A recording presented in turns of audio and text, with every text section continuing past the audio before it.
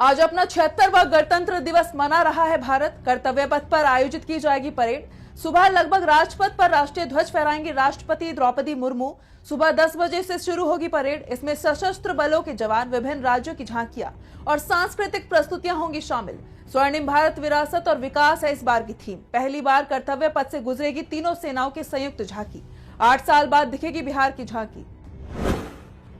76वें गणतंत्र दिवस के मौके पर 942 कर्मियों को पुलिस मेडल से सम्मानित करेंगी राष्ट्रपति द्रौपदी मुर्मू। इनमें 95 वीरता पदक भी शामिल।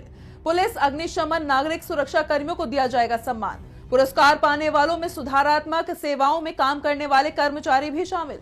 केंद्रीय गृह मंत्रालय ने बयान जारी कर दी जानकारी। विशिष्ट सेवा यानी पीएसएम के लिए 101 राष्ट्रपति पदकों में से 85 पदक पुलिस कर्मियों को, 5 अग्निशमन सेवा कर्मियों को, 7 नागरिक सुरक्षा और होमगार्ड कर्मियों को और 4 सुधारात्मक सेवा के कर्मचारियों को दिए जाएंगे। महाकुंभ, अमृत स्नान और 26 जनवरी पर अचूक सुरक्षा व्यवस्था। यूपी डीजीपी प्रशांत कुमार ने दिए निर्देश। विशेष सुरक्षा इंतजाम और होगी चेकिंग। आतंकवादी संगठनों की गतिविधियों पर नजर रखने के दिए निर्देश।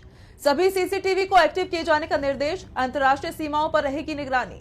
आतंकवादी संगठनों से जुड़ी हर एक्टिविटी पर होगी नजर। दिल्ली में कांग्रेस को मिलेगी रफ्तार। राहुल के अस्वस्थ होने पर प्रियंका गांधी ने संभाला मोर्चा। आज से करेंगे चुनाव प्रचार का आगाज। कांग्रेस की दिल्ली वापसी की उम्मीद। महिलाओं और युवाओं पर रहेगा फोकस। प्रियंका गांधी उत्तर पूर्वी दिल्ली में अपनी पहली रैली को करेंगी संबोधित। कांग्रेस उम्मीदवारों ने प्रियंका गांधी से अपने अपने निर्वाचन क्षेत्रों में प्रचार करने की अपील की।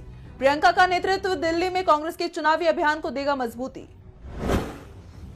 दिल्ली में रैली करेंगे अरविंद केजरीवाल। आप उम्मीदवार के समर्थन में मांगेंगे वोट। दोपहर 3 बजे जंगपुरा विधानसभा की सनलाइट कॉलोनी में जनता से करेंगे संवाद। आप नेता मनीष सिसोदिया ने की लोगों से उपस्थित रहने की अपील। कहा, आप सब जनसभा में शामिल होकर अपना समर्थन और प्यार जाहिर करें। 5 फरवरी को होनी है वोटिंग, 8 को आएंगे नतीजे। आज किसानों का देशव्यापी ट्रैक्टर मार्च। बीजेपी नेताओं के घर दफ्तर के साथ ही शॉपिंग मॉल का करेंगे घेराव। ट्रैक्टर मार्च में संयुक्त किसान मोर्चा, गैर राजनीतिक और किसान मजदूर होंगे शामिल, जबकि अन्य किसान संगठन भी देशव्यापी ट्रैक्टर मार्च का बनेंगे हिस्सा। सभी फसलों पर एमएसपी की गारंटी समेत किसानों की अन्य मांगों को लेकर कर रहे हैं ट्रैक्टर मार्च। छत्तीसगढ़ नगरीय निकाय चुनाव को लेकर कांग्रेस की बैठक आज। राजधानी रायपुर पहुंचेंगे सचिन पायलट। प्रत्याशियों के नाम पर लगाएंगे मोहर। शाम 5:25 पर रायपुर पहुंचेंगे पायलट। इससे पहले 25 को रायपुर पहुंचने वाले थे पायलट। 11 फरवरी को एक ही फेज में होगी निकाय चुनाव की वोटिंग। 15 फरवरी को आएंगे नतीजे। भारत के विदेश सचिव विक्रम मिस्री का चीन का 2 दिवसीय दौरा आज से शुरू। भारत और चीन के बीच विदेश सचिव उप मंत्री मैकेनिज्म की होगी बैठक। अजीत डोभाल की बीजिंग यात्रा के बाद विदेश सचिव की यात्रा दूसरी हाई लेवल यात्रा। चीनी विदेश मंत्रालय ने मिस्री के दौरे का किया स्वागत। सीमा पर शांति को लेकर हुए समझौते को ग्राउंड पर लागू करने की कोशिशों में जुटे दोनों देश। कजान में ब्रिक्स शिखर सम्मेलन के दौरान जिनपिंग मोदी के बीच बैठक में द्विपक्षीय संबंधों को सुधारने और बढ़ाने पर बनी थी सहमति। आज से मेट्रोपॉलिटन शहरों की तर्ज पर अंबाला में इलेक्ट्रिक बसों का भी शुरू हुआ संचालन। गणतंत्र दिवस के अवसर पर हरियाणा के परिवहन मंत्री अनिल विज बसों को हरी झंडी दिखाकर करेंगे शुरुआत। इस योजना के तहत चलाई जाएंगी अंबाला शहर और अंबाला छावनी के बीच 5 इलेक्ट्रिक बसें। राज्य में बढ़ते प्रदूषण के चलते सरकार ने उठाया ये कदम।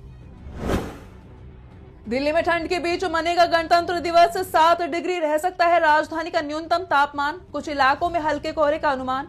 वहीं लखनऊ, कानपुर, आगरा, मेरठ, प्रयागराज, महाकुंभनगर, वाराणसी, फतेहपुर, बांदा, हमीरपुर, महोबा, चित्रकूट, बाराबंकी, शाहजहांपुर, बरेली समेत कई जिलों में भीषण सर्दी के साथ घना कोहरा छाए रहने का अनुमान। वहीं पश्चिमी विक्षोभ के कारण हल्की बूंदाबांदी के भी आसार।